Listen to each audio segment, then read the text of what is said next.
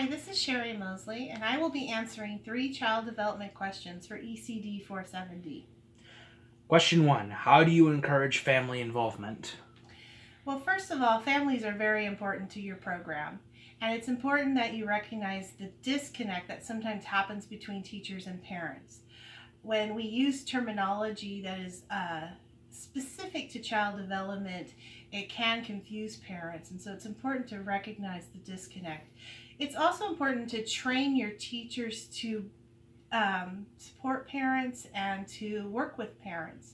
This is important so that teachers understand um, that they need to respect confidentiality and that they need to support the parents in the program. It also, we need to reduce distrust and cultural barriers. A lot of times we have parents that come to our programs that are from different races and different language. They speak different languages, and so it's important that we build a trust relationship with them, and that's really what this is all about, is building a relationship with families and parents. But sometimes families that come from different cultures have a distrust of the school system, and so it's important that you spend time building a relationship so that when things occur, they're more apt to talk to you. Also, it's important to evaluate what your parents' needs are. It's important to have surveys and communication conferences with your parents so you understand where they're coming from and what their needs are as well. And lastly, use technology. Do not be afraid to use technology in your program. We are in a very technological world, and parents are very busy, and sometimes it's good if you can build a communication system that either text or emails that helps them to participate in the program. Question 2. What strategies do you use for behavioral management? Well, behavioral management really starts with preparation, and the first thing you have to do is set limits and make sure that you start that from day one. It's important that the children understand what they're supposed to do and the limits that you have set for them in the classroom and the playground. Also, it's important to stay calm. So when something happens, your reaction is the most important thing. So if you overreact to something, then it will make the situation worse. And sometimes children feed into that. They want a reaction from you, and it's not always do they want to. They'll take anything. They'll do either good things or bad things to get a reaction. So it's important that you stay calm. It's also important that you build things into your curriculum that helps children practice control, like control games such as red light, green light, that sort of thing. So it's important that you build stuff into your curriculum that helps children gain control. I know that in some of our classrooms we actually do yoga poses and stuff like that, so children start to get control over their emotions and their bodies. It's also important to model stress management. How you deal with stress is important. Children are always imitating what they see people, teachers and parents doing, adults doing, so it's important that you model stress management as well.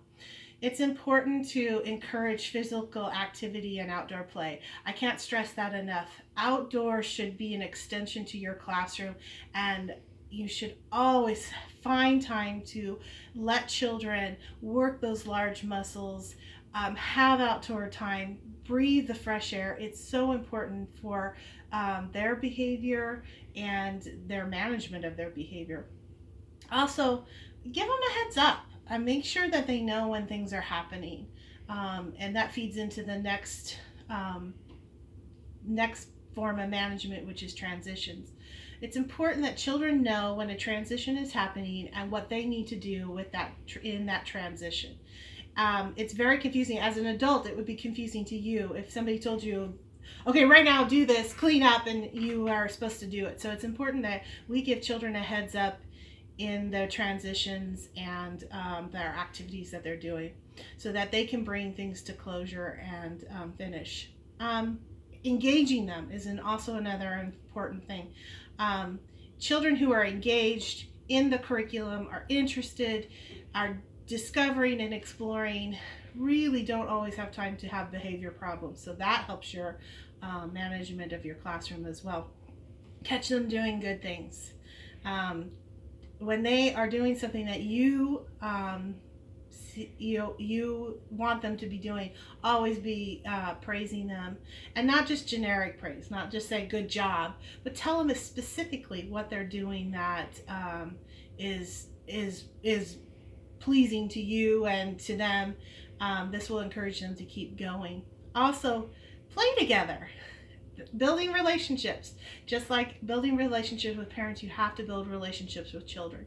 When they know you as somebody who is safe and supportive, it does lessen the management of your class. It does lessen behaviors in your classroom, and it helps in your management. Okay, and the final question, describe your classroom management plan.